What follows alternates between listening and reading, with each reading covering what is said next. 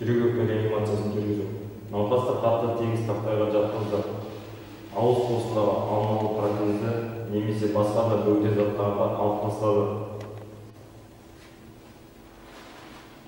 Басын барынша шалқайтып отырып, денесінің төменгі жағын көтеріңкі етіп жатқызды.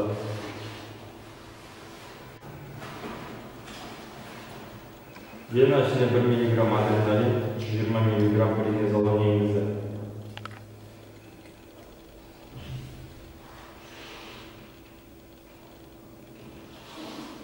Қолды бір-бірінің үстіне қойып, алақанның негізін ортаңғы сызық бойымен төстің семсер тәрізді өсіндісінен 2 саусаққа жоғары төстің үстіне орналастырды. Қолды бүкпестен төске 4-5 см тереңдікте қысын жасай отырып, массаж жасады.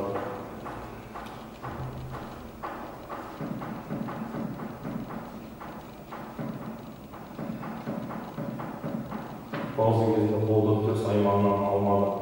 Өкпенің жасанды вентиляциясын жүргізу үшін науқастың басын шалқайтып, төменгі жағын алға қарай жылжытып, аузын барынша ашты. Науқастың аузына немесе ауа өткізгішке науқастың мұрнын ұстап отырып, маска арқылы ауа үрледі. Бір ғана көмек көрсетуші дәрігер болған жағдайда 30 массаждан соң 2 рет үрлейді.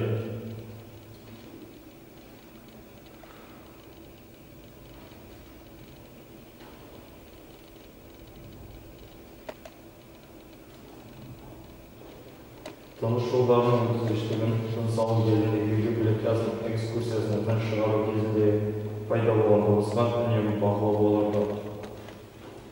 Асқазан сөзінің регургитациясы кезінде науқастың басын бірнеше секундта бүйіріне бұрып, ауыз қуысындағы сұйықтықты отсостың көмегімен немесе тампонмен алып тастады.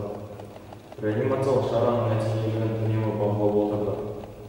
Тері жамылғысының шашты қабатының тұсының қалпына келуін қадағалады.